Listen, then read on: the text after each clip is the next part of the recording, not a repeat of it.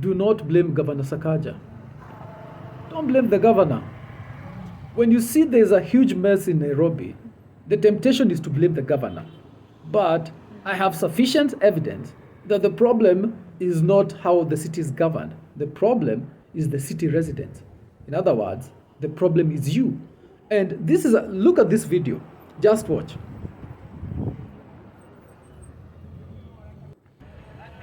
So what we are seeing here is a street that the government built. I think it was the county government of Nairobi that built this street. It was pretty messy. And so one day they came and they built this very nice path, and they put the drainage, and they also resurfaced the road. And then, of course, after a while, Kenyans moved in. And this is the result of Kenyans moving in.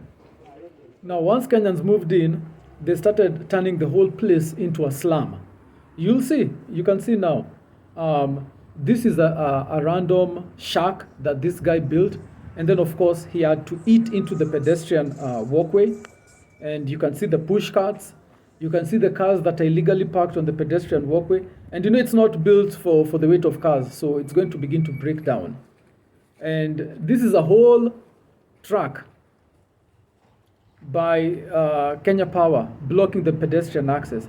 And, of course, more slums, a slummy vegetable stand, more and more slums. Now the place is beginning to look really filthy. And the point I'm trying to make is this.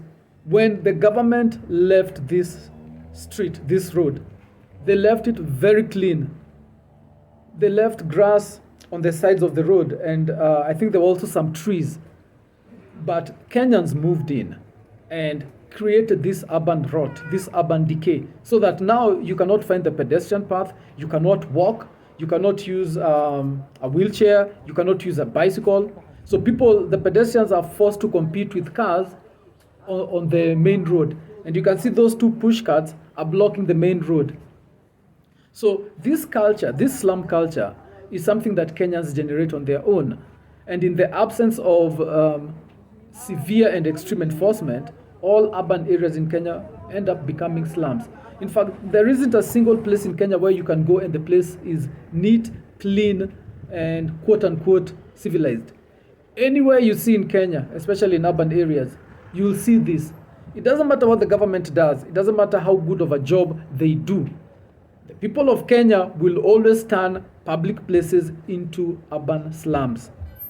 And so many times you'll hear the people of Kenya complaining about the government, saying that the government is useless, the government is not working, the government doesn't deserve to be paid taxes. Yet the problem is the people of Kenya. The government doesn't create the slums. It's the people of Kenya who create the slums. And then they begin to throw trash in the drainage, which then blocks, and then the whole place floods. So in this case, I was here when they were building this road. I was here when they cleaned it up, when they put a pedestrian walkway, when they planted trees and grass and turned the place very neat. And within 1 year, in fact, I think within 6 months, Kenyans had turned this place into the mess that you're seeing.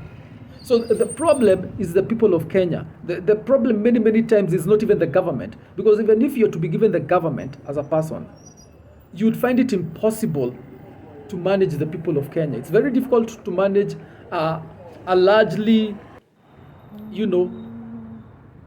wild population, not a very intelligent population, not a very forward-looking population. You'll find it very difficult to run Kenya because you'll have the issue of dealing with Kenyans.